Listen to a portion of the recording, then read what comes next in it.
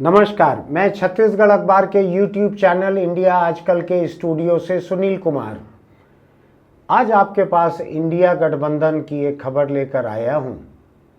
गठबंधन पूरी तरह से या बुरी तरह से बिखरा हुआ दिख रहा है। इसमें केवल कांग्रेस और वामपंथी दो लोग अभी दिख रहे हैं, बाकी शायद कोई नहीं बचे हैं। सब लोग दाएं बाएं हो गए हैं। बिहार में नीतीश कुमार, जिन्होंने कि इंडिया गठबंधन की बुनियाद में योगदान दिया था, वो खिसक लिए हैं। अपने एक पुराने साथी भाजपा के साथ चले गए हैं वो। लेकिन आज इस बातचीत की शुरुआत करने की वजह ममता बनर्जी है, तृणमूल कांग्रेस की मुख्यमंत्री।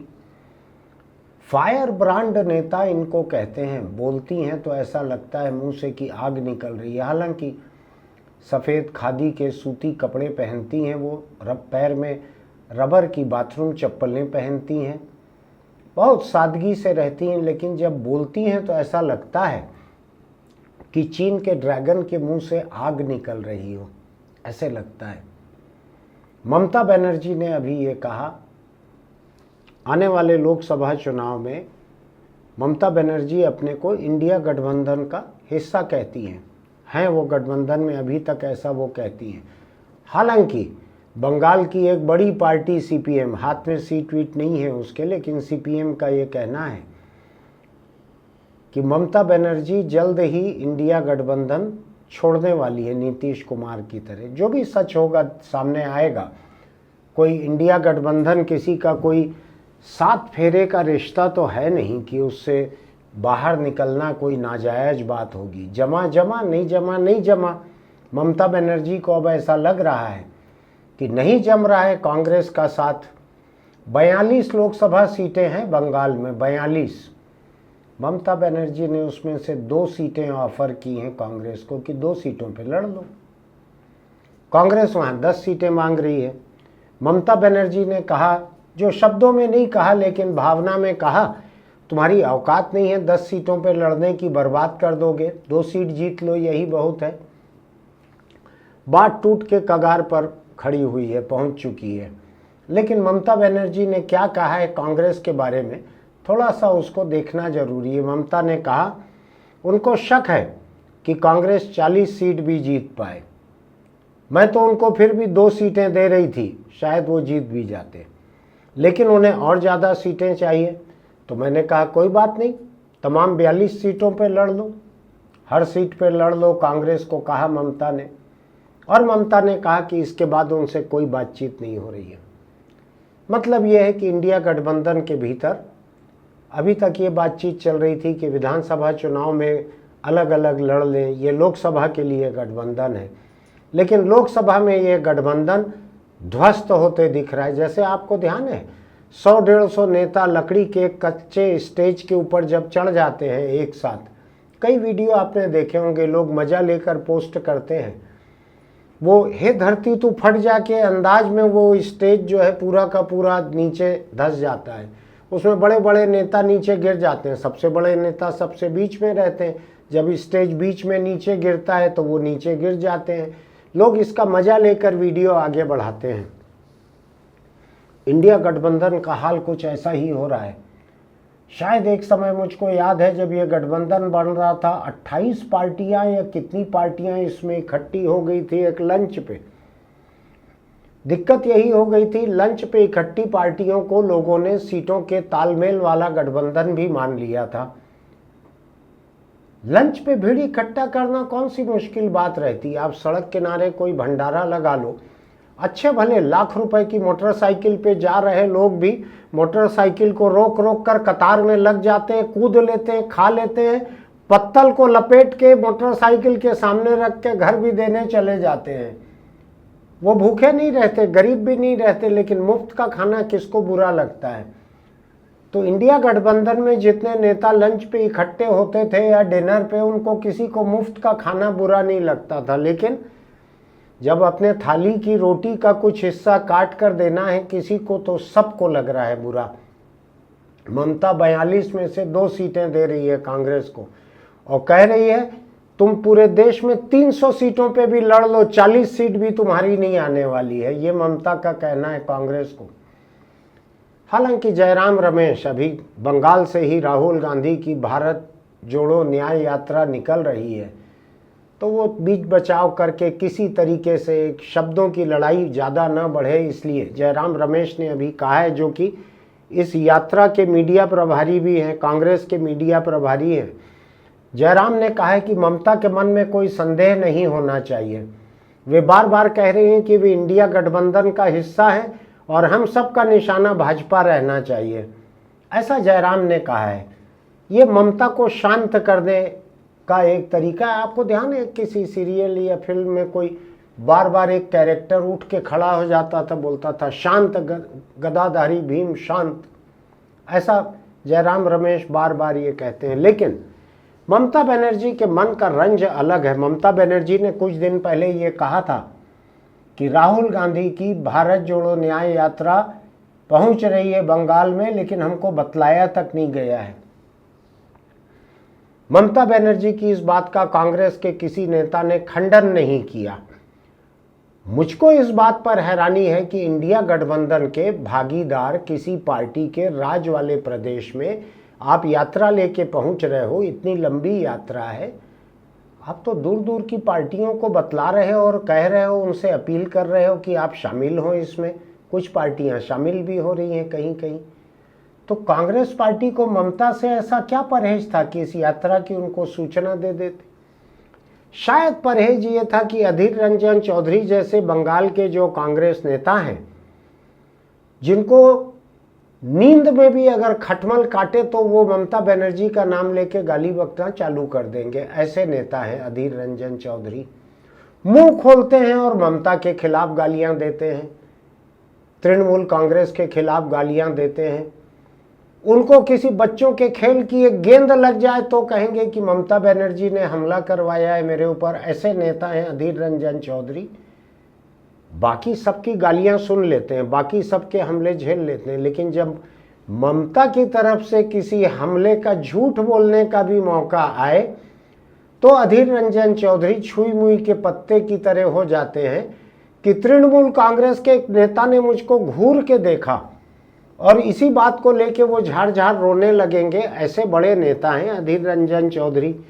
तो कांग्रेस ऐसे नेताओं के भरोसे अगर सोचती है कि वो बंगाल में ममता बनर्जी से किसी तरह की चुनावी भागीदारी कर लेगी, ये बहुत बड़ी गलतफहमी की बात है।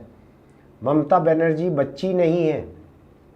ममता बनर्जी कांग्रेस पार्टी में थी, कांग्रेस पार्टी को छोड़ के निकली और उनका जो प्रभाव क्षेत्र है बंगाल, वहाँ कांग्रेस पार्टी को मटिया मेट कर दिया। आपको याद है कि नहीं? मुझको तो याद है अच्छे से।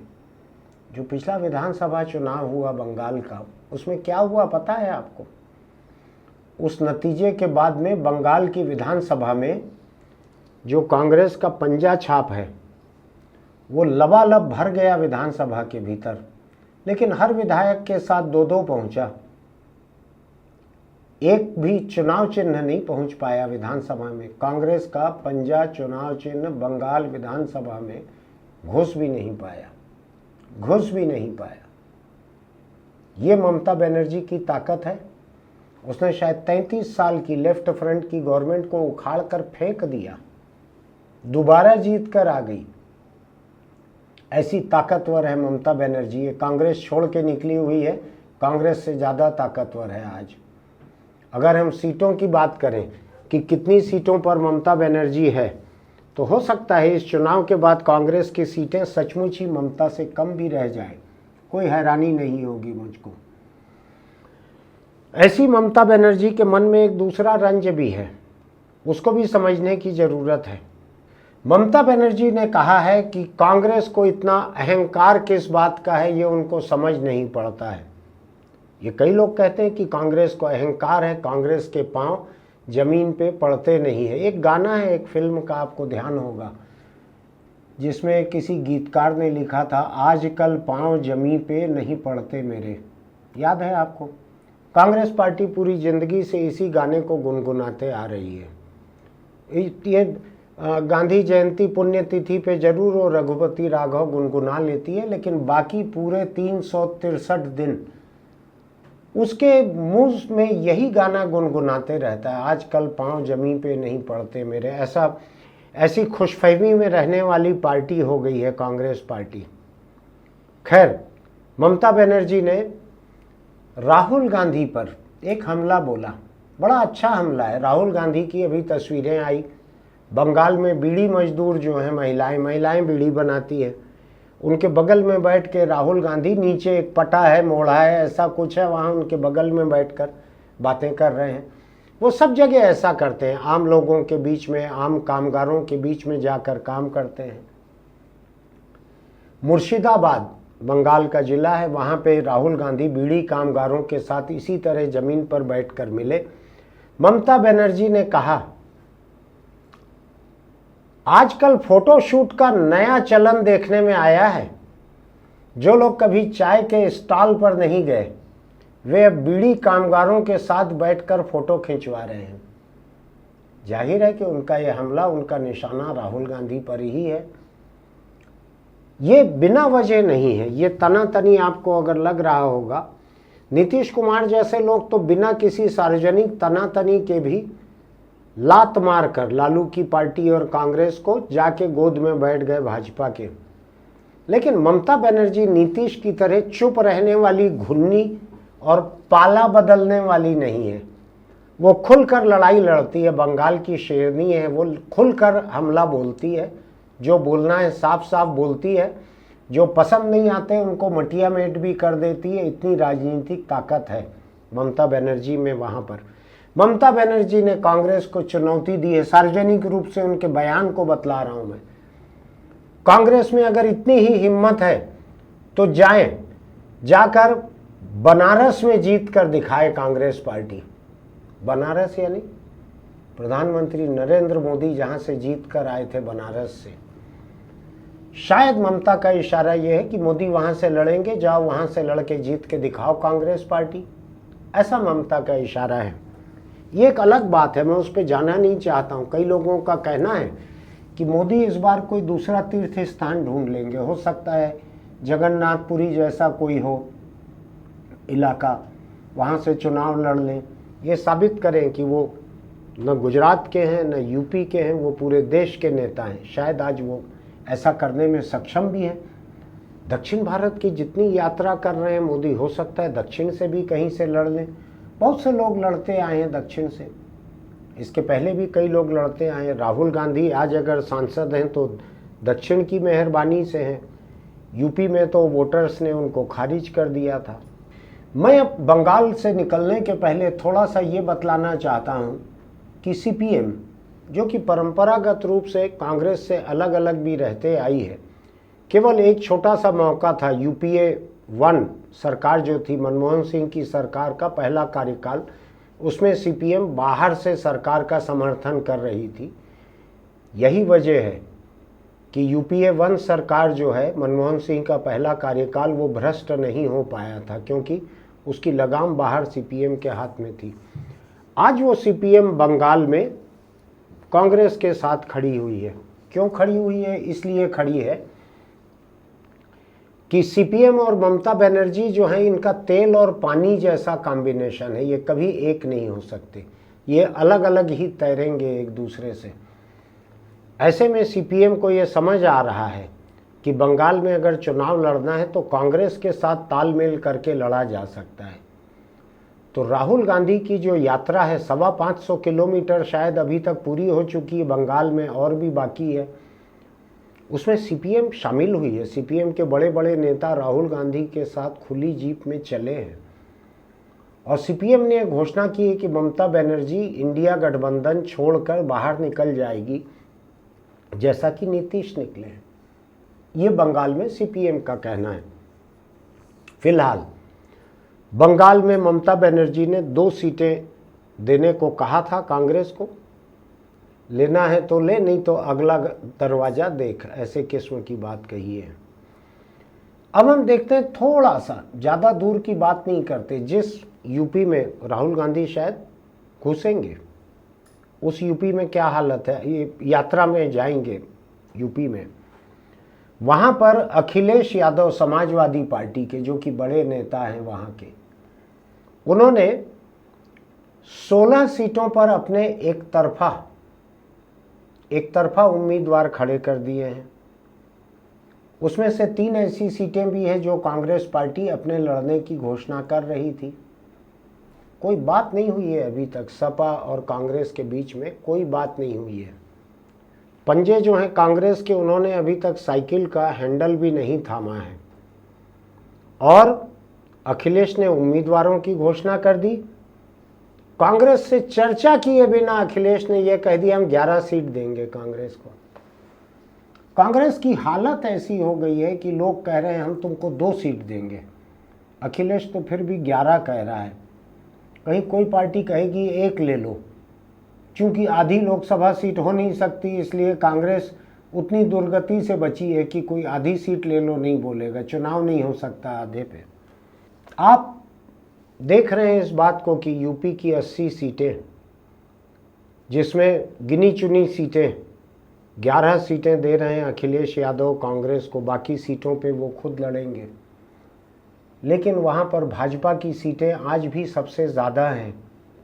और रामलला के बाद, रामलला की प्राण प्रतिष्ठा के बाद जो रिजल्ट आएंगे, लोगों का कहना है कि रामलला और कमल छाप मिलकर यूपी में भाजपा के पक्ष में एक ऐतिहासिक नतीजे ला सकते हैं। मुझको नहीं मालूम क्या होने जा रहा है, मैं वोटरों को प्रभावित करना भी नहीं चाहता, मैं केवल इंडिया गठबंधन की हालत बतलाना चाहता हूँ। नीतीश बाहर हो गए, लालू और कांग्रेस बचे जिनके पास में कुछ है नहीं, वहाँ पर इक्का दुक्का सीट होगी, मैं आंकड़ों पे जा नहीं रहा हूँ।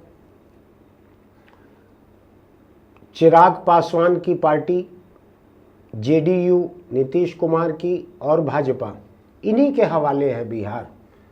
गठबंधन जो है इंडिया गठबंधन वहाँ से बाहर। यूपी में पता नहीं क्या हाल होगा, चुनाव तक अखिलेश के साथ बातचीत रहेगी कि नहीं रहेगी। बंगाल में ऐसा लगता है कि बर्बादी हो चुकी है, बयानबाजी इतनी ज़्यादा है कि एक दूसरे के साथ बैठकर ये माछेर जोल भी नहीं खाएंगे। तो ये कुल मिलाकर एक ऐसा नज़ारा दिख रहा है मुझको। मैं इसको लेकर खुश नहीं हूँ। मैं आपको बताऊँ, मैं लोकतंत्र में एक मजबूत विपक्ष का हिमायती रहता हूँ। मुझको इंडिया गठबंधन को चूर चूर होते देखकर कोई बहुत खुशी नहीं हो रही है। मुझको अच्छा लगता कि मजबूत गठबंधन रहता। जो भी गठबंधन है, लोकतंत्र में आमने सामने 2 मजबूत गठबंधन रहना चाहिए। कोई सत्ता में रहे, कोई विपक्ष में रहे, उससे मेरा लेना देना नहीं है, लेकिन मजबूत होना चाहिए विपक्ष, ऐसा मेरा मानना है। न केवल देश में बल्कि प्रदेशों में भी। वो आसार मुझको अभी होते नहीं दिख रहा है। मैं देख रहा हूं कि जिस तरह से बंगाल से इस यात्रा के गुजरते हुए ममता का हमला कांग्रेस, राहुल गांधी, इन सब के ऊपर हो रहा है। उन्होंने, ममता ने ये भी कहा है कि ये सीपीएम जो है इतनी छोटी पार्टी है, लेकिन ये कांग्रेस के और पूरे के पूरे विपक्ष के एजेंडा को सेट करने की कोशिश कर रही है सीपीएम। यानी ममता का हिसाब चुकता करना जो है बंगाल में, वो सीपीएम से भी है, कांग्रेस से भी है। और अकेले लड़ने का मतलब यही है कि ममता और बीजेपी आमने सामने लड़ेंगे और कांग्रेस का पंजा और सीपीएम का हंसिया हथौड़ा लेफ्ट फ्रंट का, ये फिर विधानसभा चुनाव की तरह हो सकता है कि खाली बैठने को मजबूर हो जाएं। हो सकता है। मैं बंगाल के वोटरों को प्रभावित करने की कोशिश नहीं कर रहा। इंडिया गठबंधन की बात करें तो पंजाब और दिल्ली 2 राज्यों पे राज करने वाली आम आदमी पार्टी को अनदेखा करना ठीक नहीं होगा। चाहे उसके मुखिया अरविंद केजरीवाल का एक पांव जेल के भीतर दिख रहा है, एक बाहर दिख रहा है, लेकिन मानना तो पड़ेगा दो राज्यों में उसकी सरकार है। चाहे उसके कितने ही नेताओं को जेल भेज दिया जाए, सरकार तो है 2 राज्यों में उसकी। तो इस पार्टी ने पंजाब में साफ कर दिया है कि 13 सीटों पे वो अकेले लड़ेगी। कांग्रेस या किसी पार्टी के साथ उसका कोई गठबंधन नहीं है।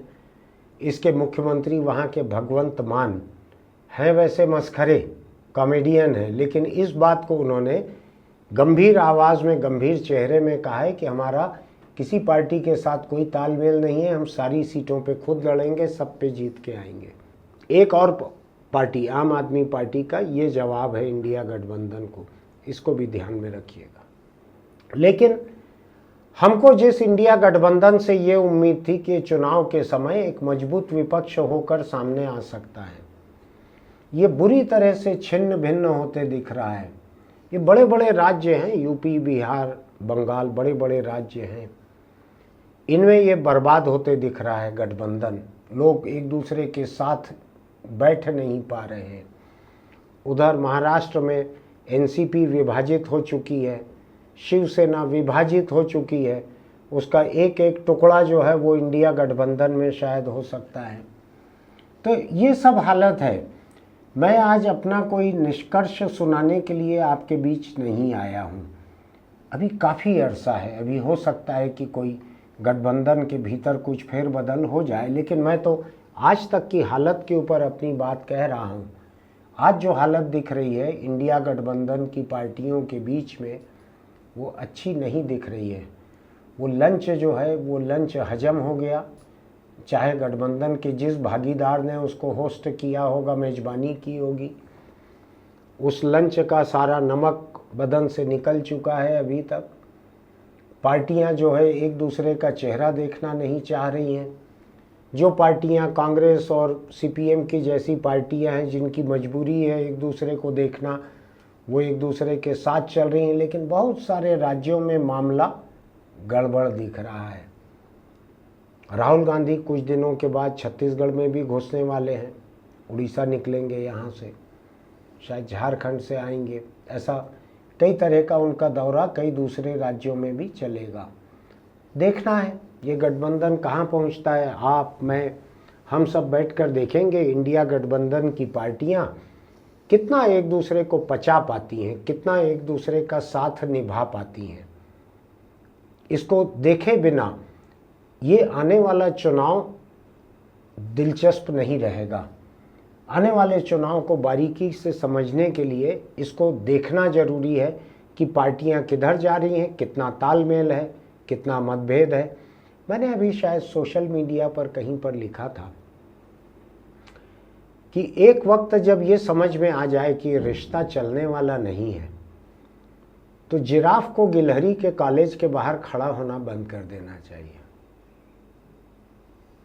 ये बात मैंने लिखी तो थी लड़के लड़कियों के बारे में, आदमी औरत के बारे में, ऐसे लोगों के बारे में लिखी थी, लेकिन वो इन पार्टियों पे भी लागू हो रही है कि जिराफ और गिलहरी को अगर ये समझ आ जाए कि रिश्ता ज़्यादा निभना नहीं है, तो जिराफ को गिलहरी के कॉलेज के बाहर खड़े रहना बंद कर देना चाहिए। आप भी सोच के देखिएगा। फिर मिलते हैं। आपको अगर हमारे वीडियो अच्छे लगें तो आप हमारे चैनल को सब्सक्राइब कीजिए, नोटिफिकेशन की बटन दबाइए, लाइक कीजिए, दोस्तों के बीच लिंक बांटिए, टिप्पणी लिखिए अपनी जो आपको लगता है वो, और हम और आप फिर मिलते रहेंगे हर दिन। फिलहाल एक छोटी सी अपील आपसे ये है, मैं रोज़ अपने प्रदेश में आसपास देख रहा हूँ दुपहियों के एक्सीडेंट में लोग मारे जा रहे हैं। अगर आप दुपहिया चलाते हैं तो हेलमेट लगा कर रखिए, हेलमेट का बेल्ट बांध कर रखिए। अगर चौपहिया चलाते हैं तो सीट बेल्ट लगा कर रखिए। किसी हादसे की हालत में जान बचाना ज़रूरी है। पुलिस को नज़रों से बचकर पुलिस की कहीं निकल जाना पतली गली से, वो ठीक नहीं है। मौत जो है उसको आप पतली गली से छका नहीं पाएंगे। फिर मिलते हैं।